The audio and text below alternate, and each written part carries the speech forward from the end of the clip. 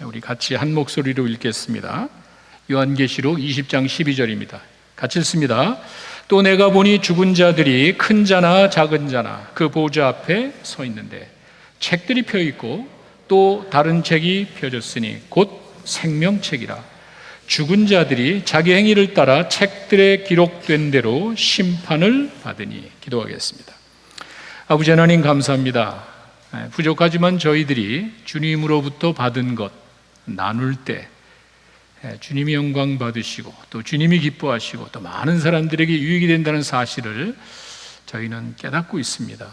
저희 교회를 통해서 귀한 역사에 이루어주신 아버지 하나님, 이 교회가 뭘 하는지 주님이 기뻐하시고 세상 많은 사람들에게 주님의 영광을 드러내고 주님의 몸된 교회로서의 사명을 다하기 부족함이 없도록 붙잡아 주시옵소서. 하나님의 말씀을 대하기 원합니다. 살아계신 하나님의 음성 듣는 귀한 시간 되게 하여 주시옵소서. 예수님의 이름으로 기도했습니다. 아멘. 사람이 죽으면 어떻게 될까?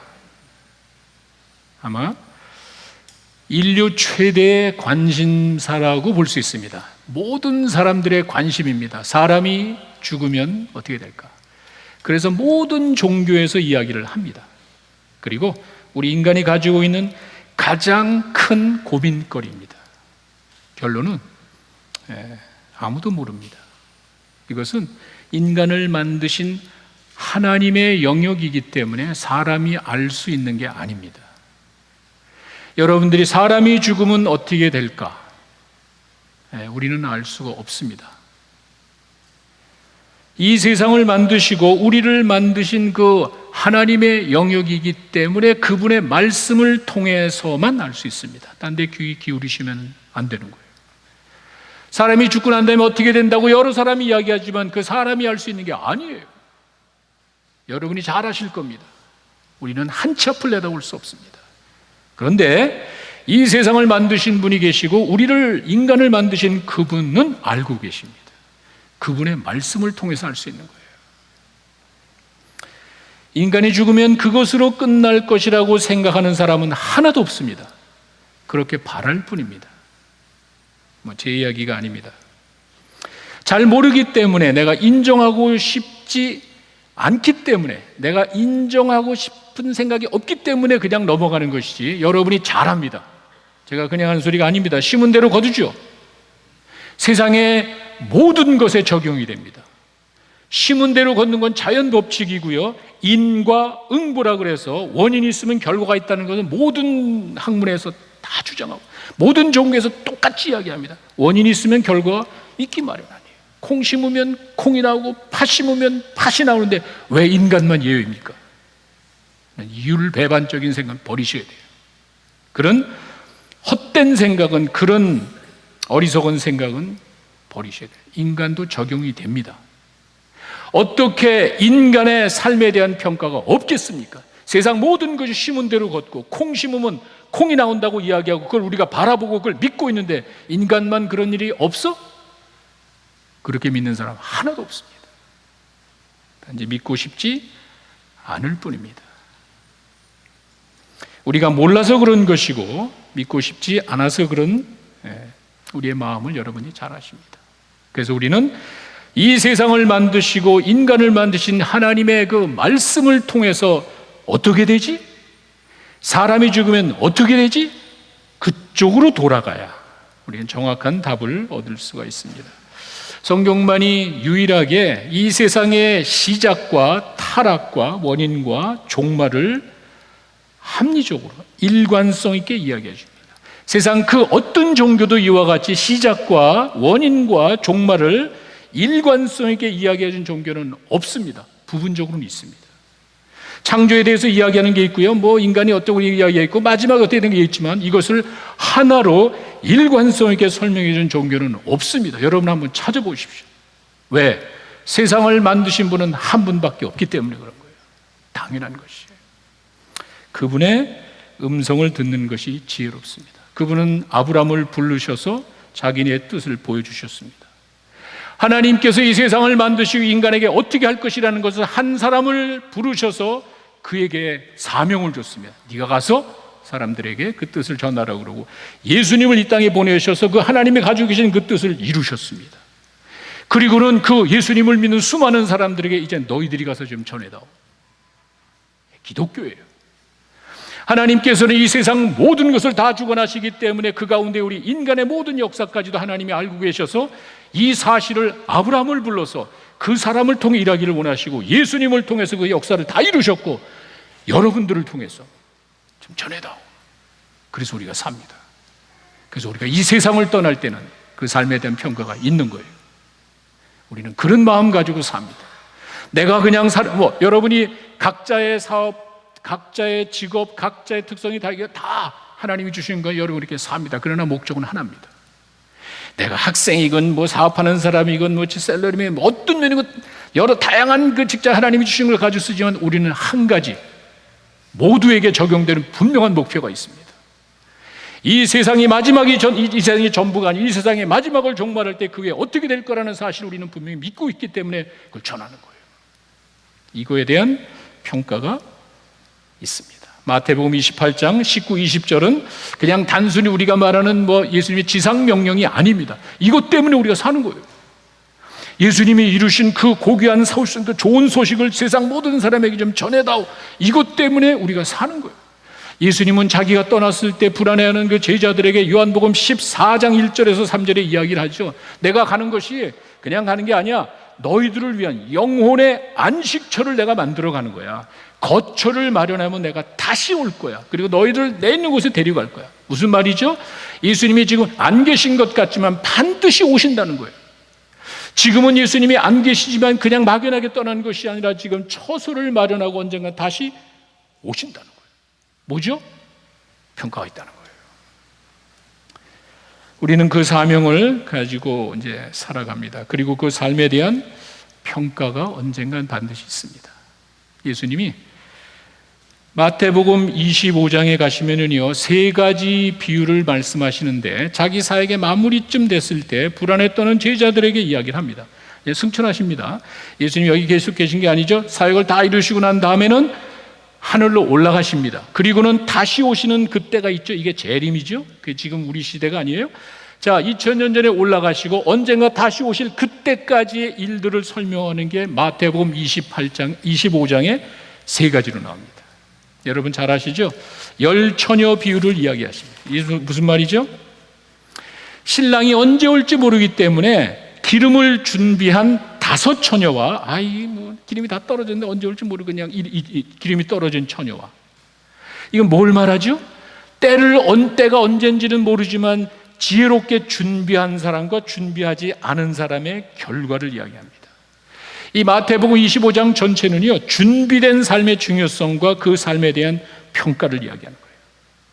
신랑이 언제 올지 모르지만 기름을 준비한 이 처녀들은 신랑을 맞이했습니다.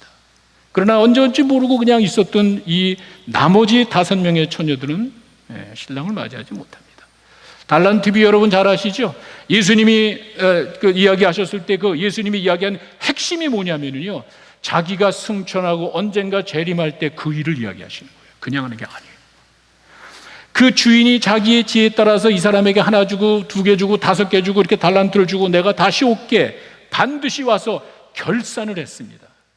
근데 1 달란트 받은 사람은 일을 안 했습니다. 왜? 기분 나쁜 거예요. 저 사람은 내가 봤을 때 나보다 난 것 같지도 않은데 저 사람은 2개, 5개를 받고 나는 하나만 줘? 기분 나쁜 거예요.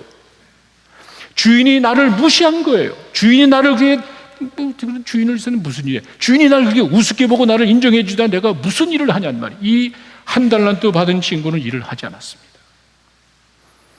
내가 받은 것이 무엇이건 것이 중요한 것이 아니라 그것이 어떤 것이건 가지고 어떤 것이든지 그것 가지고 충성하게 일하는, 이걸 보겠다는 거예요. 반드시 주인이 와서 결산을 합니다. 일을 했는지 안 했는지 보는 거예요. 이게 얼마나 많이 남겼나? 이건 비즈니스예요. 그 얘기하는 게 아니에요. 근데 이 사람은 기분 나빠. 하나님이 불공평하게 느끼는 사람이 헌신합니까? 하나님이 있는지 없는지도 모르는 사람이 미래를 준비합니까? 당연한 거예요. 이 친구는요, 주인에 대한 잘못된 생각을 가지고 있었어요. 일 안 하죠. 책망을 받잖아요. 준비된 삶의 중요성과 그 삶에 대한 평가를 이야기합니다. 양과 염소의 비 여러분 아시죠? 마지막 때 심판하는데, 야, 너는 정말 내가 헐벗고 굶주리고 병들었을 때 나를 도와줘서 고맙다. 아니, 내가 언제 그런 거 했죠? 너는 내가 그렇게 배고프고 힘들고 어려웠을 때 나를 거들떠보지도 않았어. 언제 나한테 오셨죠? 지극히 작은 자에게 한 것이 나에게 한 것이야. 믿음으로 사요, 믿음으로. 눈으로 드러나는 그런 모습을 보고 하는 것이 아니라, 이 마지막 때 예수님이 심판하실 때는요, 그것이 뭐 캄보디아에 있건 필리핀에 있건 어디에 있건 관계없이 믿음을 가지고 어려운 사람들에게 도와진 작은 자에게 충성한, 작은 자에게 냉소한 그런 다 기억하시겠대. 뭐죠? 평가란 말이에요. 예수님이 25장에서는 자기가 승천하고 나중에 재림할 때까지의 모습을 세 가지 비유로 설명하면서 준비된 삶의 중요성과 그 삶에 대한 평가가 있다는 사실을 이야기합니다. 우리가 이 땅에 살아가는 것은 사명이 있습니다. 한 사람 전도 두 사람, 이런 사명이 아니에요.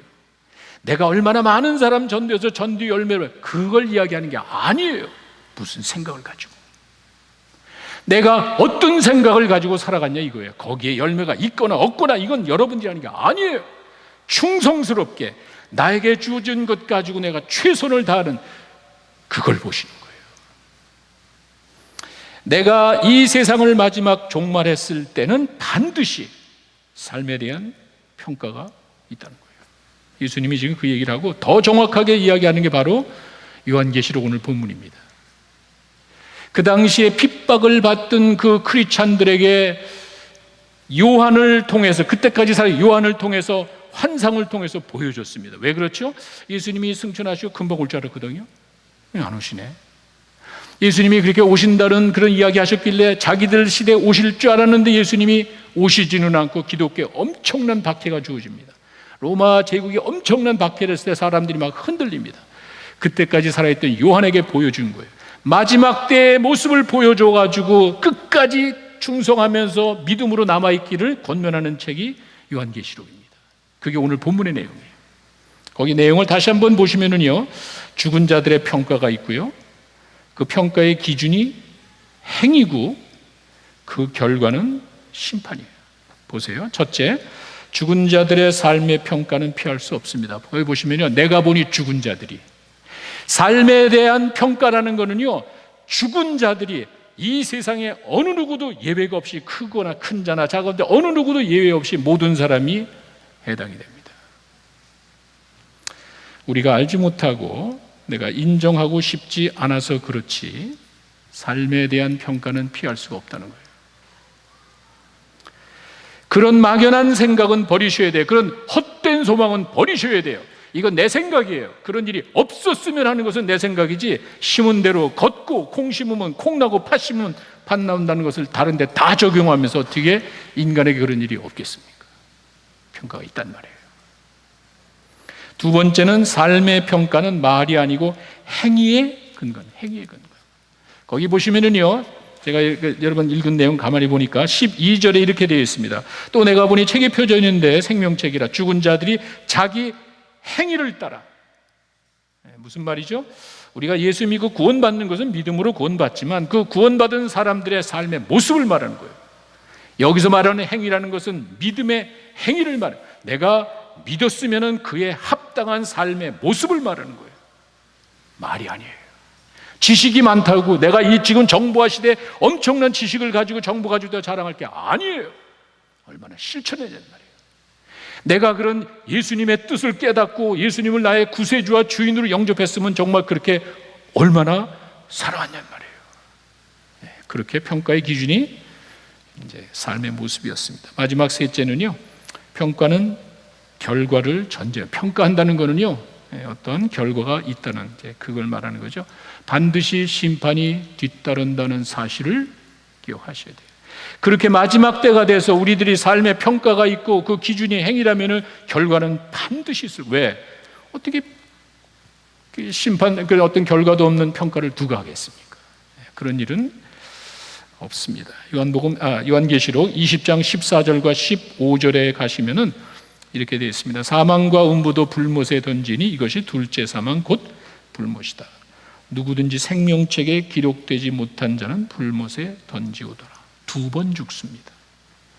내 영혼이 내 육체에서 떠나는 것을 우리 누구나 다 겪는 거기 때문에 믿고 있지만 그 영혼이 어디 사라지는 게 아니에요.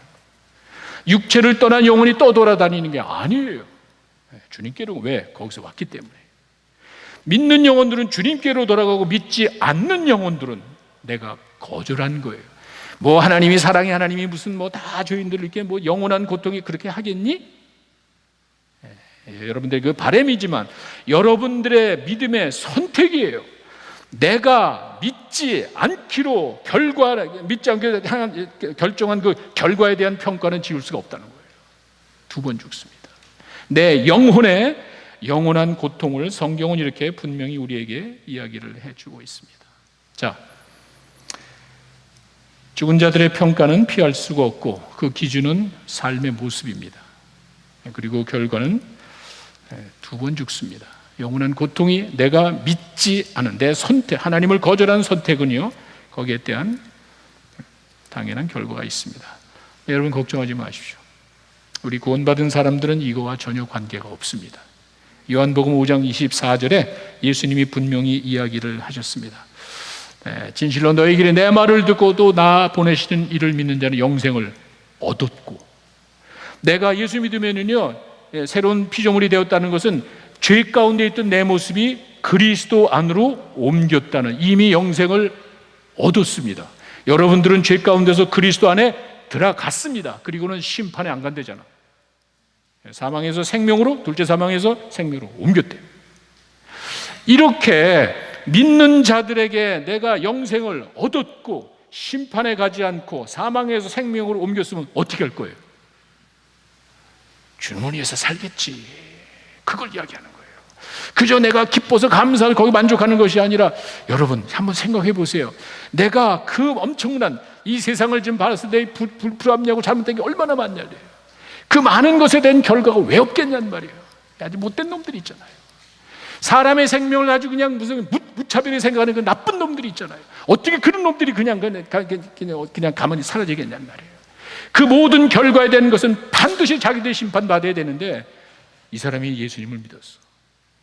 내가 그런 엄청난 죄 가운데서 정말 피할 수 없는 심판을 받아야 되는데 예수님이 내 죄를 위해 돌아가셨대.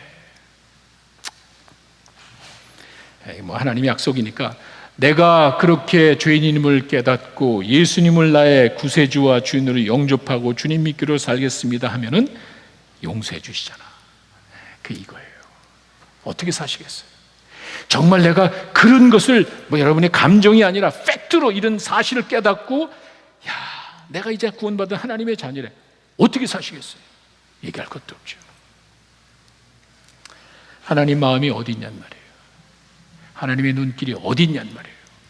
내가 이렇게 이미 하나님의 자녀로 살아간다면 그 다음에 내 퀘스천은 뭐냐면 에베소서 2장 10절에 나와 있습니다. 우리는 선한 일을 위해서 지음받은 사람들이래. 에베소서 2장 10절은 예수 믿고 구원받은 사람들이 어떻게 살아가야 되는지를 설명하는 구절이에요. 우리는 선한 일을 위해서 구원받은 사람들입니다. 내가 그렇게 죄 가운데서 이제는 그리스도 안에서 발견이 됐다면 어떻게 살겠어요? 한번 생각해 보세요. 그런 엄청난 은혜와 엄청난 축복을 받은 사람이 여러분이 어떻게 사시겠어요? 선하게 살겠지. 주님이 원하시는 일을 위해서 살겠지. 주님의 마음과 주님의 눈길 가는 곳에 나도 가겠지. 그 평가를 말하는 거예요.